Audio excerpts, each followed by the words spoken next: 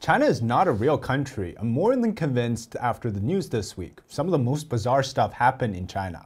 From body parts in the middle of the road in Beijing, to the CCP banning stock selling at open and close, to Temu tailing their former employees, suing them out of the industry, to a provincial study session of unifying or liberation of thoughts. And after I list all of them, you'll probably agree with me. Welcome to China Insider, I'm David Zhang. Now you saw the title, right? China under the CCP is living in a parallel universe where apparently nothing is normal. Now this is a screenshot leaked by a former PDD employee. PDD or Pinduoduo is the parent company of Temu. To prevent former staff from working at their competitors, PDD will actively surveil and tail their former staff, including taking photos and videos. And PDD will ask its former staff to pay a monthly social security fee as a way to track their destination for the next job. Workers signed a non-compete disclosure or non-compete clause when they leave or resign, which the clause states that it will prevent the worker from working at their competitor for a certain time or a certain area in the country. Once they leave their job, PDD will actively tail their former employees to find out whether or not they're actually doing something that will violate this clause, and this includes filming them at home.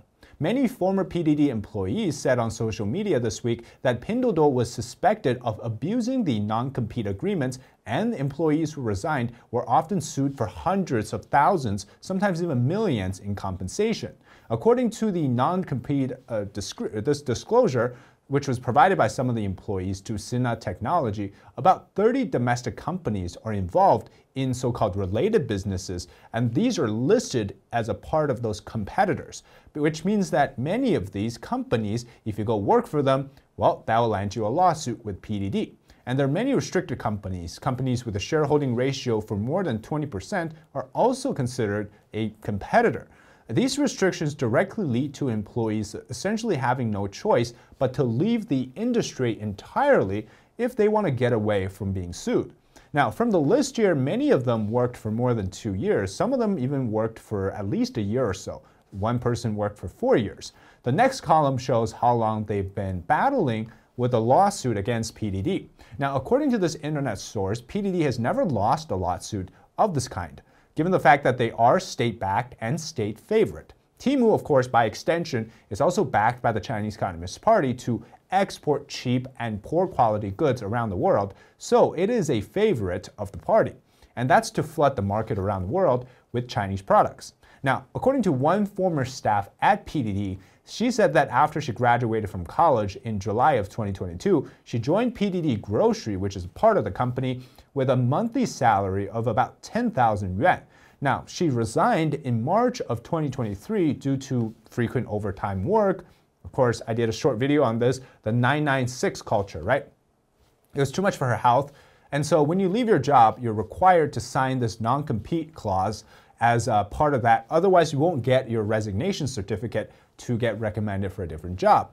But then in October of 2023, so about, this is 7 months after she resigned from PDD, she was sued, demanding compensation of approximately 280,000 yuan. So that's more than double her annual income at PDD. So a company that abuses employees with overtime and abuses and surveils them, and then if nothing else matters, they sue the heck out of them. They're essentially doing that, selling the cheap goods to the rest of the world. So what kind of an app are people supporting by purchasing stuff on there? You're essentially supporting this extreme behavior.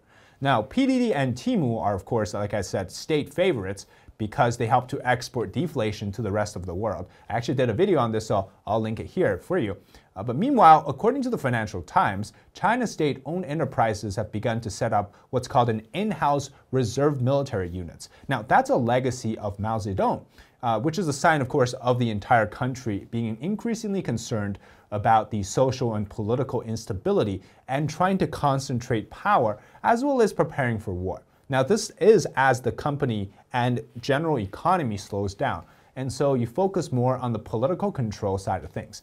Now, the Financial Times analysis of companies' announcement and state media reports over 2023, so last year, shows that dozens of Chinese state-owned enterprises have established the so-called New People's Armed Forces Department.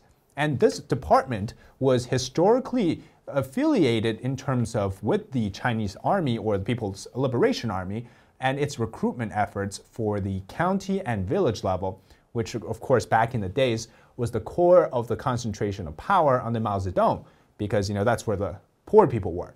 But today, they're typically conducting civil defense activities and they contribute to military recruitment, promotion, and training.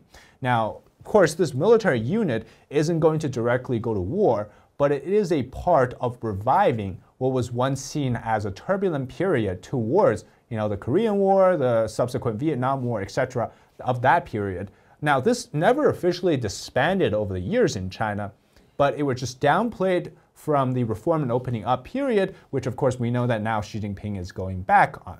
So, meanwhile, the CCP is drafting the new private sector law at the same time. Now, they're supposedly going to protect the so-called private sector, all the while they're increasing the focus on making state-owned enterprises more militarized and more politically active, right? And let me tell you, no matter what they do, the private sector has never been allowed to fly freely because once they get too big, they get punished. And the core problem of that is because if you're rich enough, well, then you become capitalistic as a private company, and then you can rival the state, which isn't something you want in a communist country. So the problem isn't really the law or the legislation, it's the Chinese Communist Party itself. Now, this is without reason, right? These increasingly isolative actions by the CCP, they're done to return China back to the Mao Zedong era as we speak. So recently, a provincial communist party in Hunan, they called for the emancipation of mind. And this is a discussion centering around Xi Jinping's thought.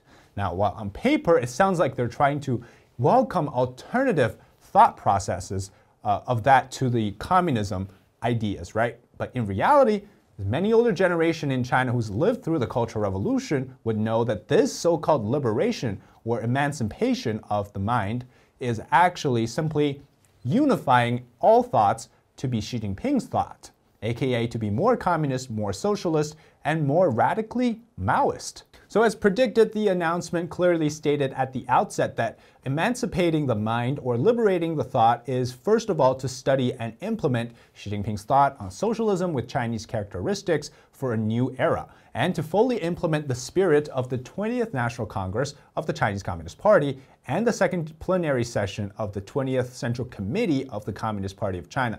All right, so a bunch of words, none of those actually mean anything about liberty or freedom or anything like that, or freedom of thoughts, right?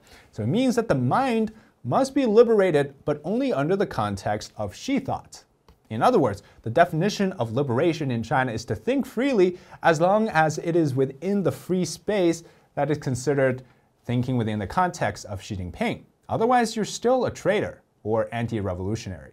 So this may recall you back to another concept we recently covered, something called Maple Bridge Experience or Fengchao Bridge Experience. Now that actually draws back again to the Mao era, which is called the liberation of the rule of law or the suspension of the rule of law. People essentially control the law, meaning that people struggled against people. Different groups of people struggled against different groups of people.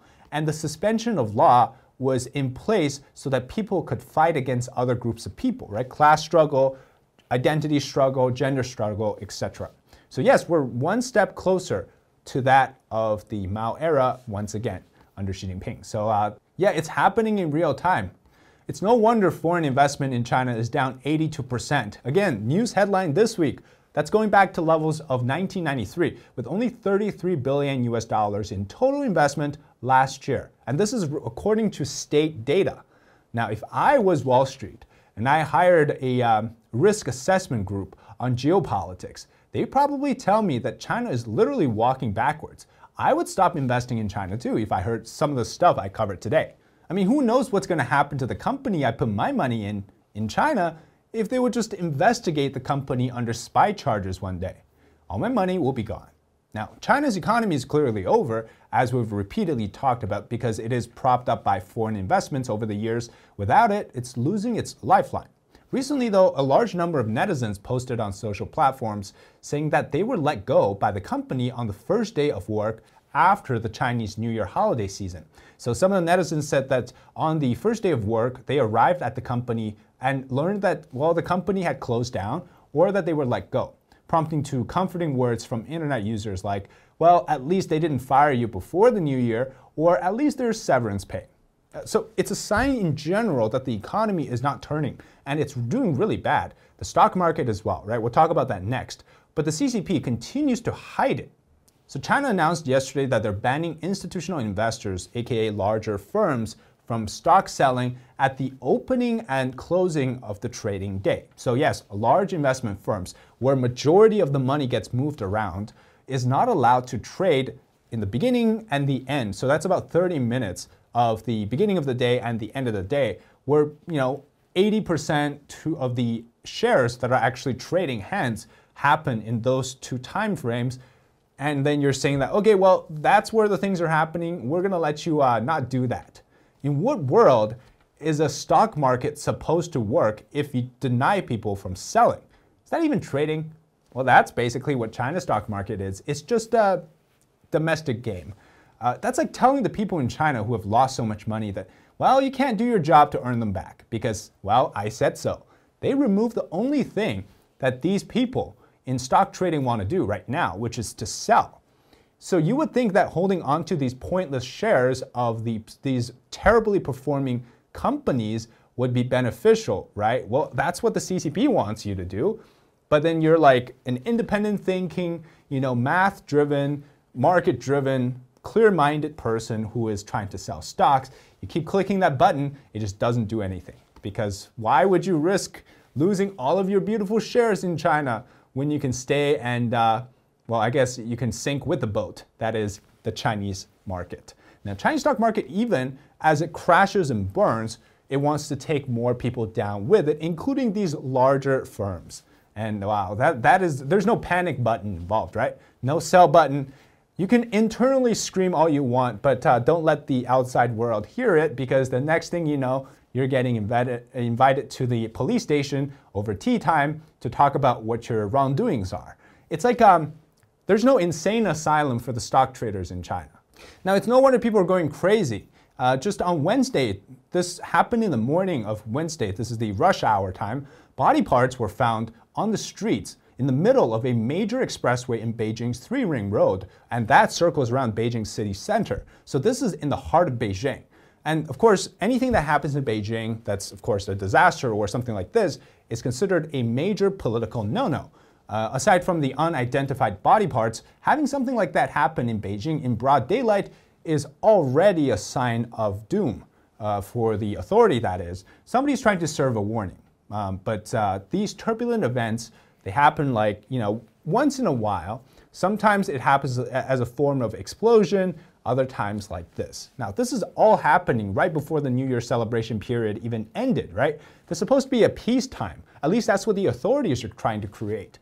But now there's at least 300,000 cameras who can easily find the car that dropped these off in the middle of the road at that particular time. So really, this is not a problem in terms of tracking down whoever did it, but it is a problem if this is to deliberately serve a message and that they're not really trying to catch the perpetrator. Now, of course, some may ask, is this an animal body part or something like that?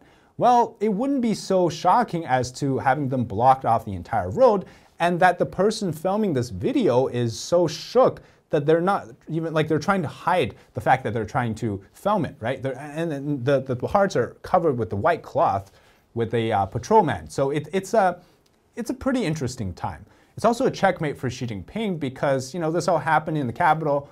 Like I said, it's a warning. It's typically believed that nothing happens without a reason in Beijing.